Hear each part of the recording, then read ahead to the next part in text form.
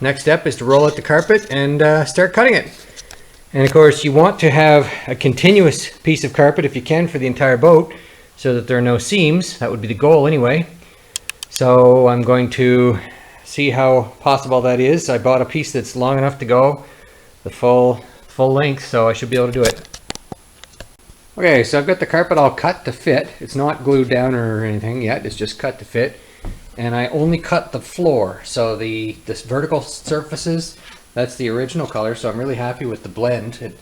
It's you know, it's almost an exact match. It looks a little different now because of the like that looks quite a bit different there versus there, but it's really just the color of the lighting, I think.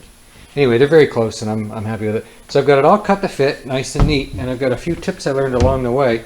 So it's kind of like a haircut. When you go to the hairdresser, they can cut a little bit off, and if they don't do it right, they can continue to cut until they get it right. But if they take a big cut out of somewhere, it's pretty hard for them to fix it once they've removed it because they can't put it back on. Well, cutting carpet to fit is almost the same. So you want to cut it gradually down to the size you need, but don't cut it too much, because if you cut it too much, that'll happen. And nobody really will notice when the carpet is too long, really, like that. But they will notice that.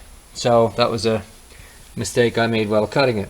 Now, a couple things I learned. Once I got this all down, once I got the plywood all down, I've got this very awkward pattern to cut around. Got these seat boxes and then the consoles and up there.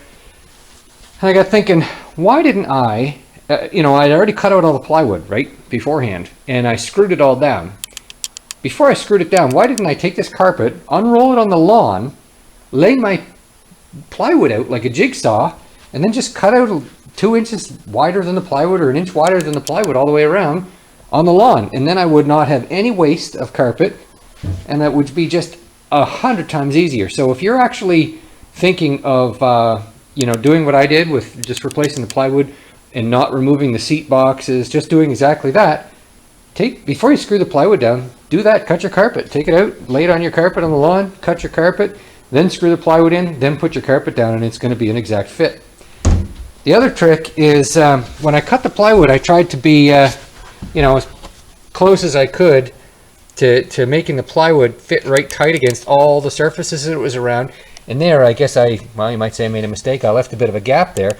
Well, now that I've done this, I realize I could easily have that carpet, you know, 1/3 of an inch longer than it needs to be, and just tuck it down there. It'll just tuck out of sight, and nobody will see it, and it'll be a nice clean finish like that.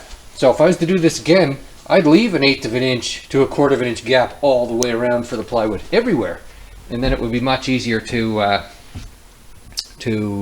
you know, kind of tidy up the edges of the carpet.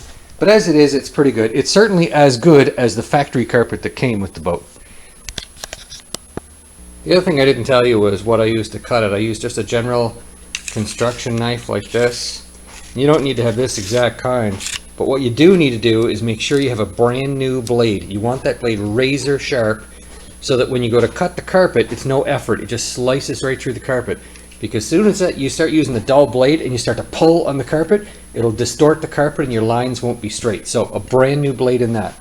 The next thing I'll show you are the tools that you need to put this adhesive down. So I've just pulled the carpet back, and this is a 9-inch adhesive spreader, and the teeth are not very big that allow the adhesive to remain on the plywood. So I guess it doesn't use very much adhesive. We'll see if this bucket will do the whole boat. This is a 19-foot boat, and it's a 1 US gallon or 3.8 liter bucket of adhesive.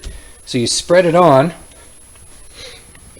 in this kind of a pattern right here, and then you can just roll the carpet back out. I'm going to just use my knees, my hands, and spread it out so that the adhesive, you know, touches the carpet.